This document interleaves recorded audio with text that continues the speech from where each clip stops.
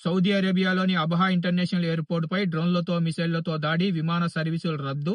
టాపిక్‌లోకెళ్తే Saudi అరేబియాలోని అబహా international ఎయిర్‌పోర్ట్‌నే లక్ష్యంగా చేసుకొని యమన్‌కు చెందిన హౌతీ బలగాలు డ్రోన్‌లతో, మిసైళ్లతో దాడులైతే చేయడం జరిగింది.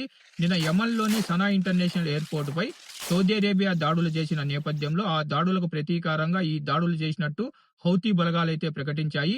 ఈ దాడులతో అబహా ఇంటర్నేషనల్ ఎయిర్‌పోర్ట్‌లో కార్యకలాపాలు తాత్కాలికంగా ప్రభావితమైతే అయ్యాయి. ఈ దాడుల నేపథ్యంలో ఫ్లై దుబాయ్, సౌదీ ఎయిర్లైన్స్, ఫ్లైలాస్ ఎయిర్లైన్స్‌లు అబహాకు వెళ్లే, అబహా నుంచి బయలుదేరే విమానాలను రద్దు చేయడం అయితే జరిగింది. అలాగే రియాద్ నుంచి, జిద్దా నుంచి అబహాకు రావాల్సిన కొన్ని ఫ్లైట్లు డిలే అయ్యాయి. కొన్ని ఫ్లైట్లు క్యాన్సిల్ కావడం అయితే జరిగింది.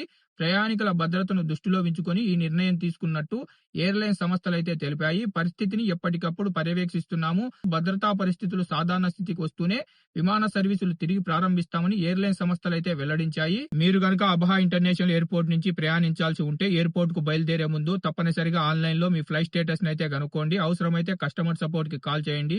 గల్ఫ్ దేశాల్లో కొనసాగుతున్న యుద్ధ వాతావరణ పరిస్థితుల ప్రభావం విమాన సర్వీసులపై పడుతున్న నేపథ్యంలో ప్రయాణికులు తాజా అధికారిక ప్రకటనలు మాత్రమే నమ్మాలని అధికారులైతే సూచిస్తున్నారు. ఫ్రెండ్స్, మీరు గనక అబహా ఇంటర్నేషనల్ ఎయిర్‌పోర్ట్ నుంచి ట్రావెల్ చేస్తుంటే గనక ఖచ్చితంగా మీరు మీ ఫ్లైట్ స్టేటస్ ని చెక్ చేసుకోండి. చాలా విమాన సర్వీసులు రద్దు కావడం అయితే జరిగింది.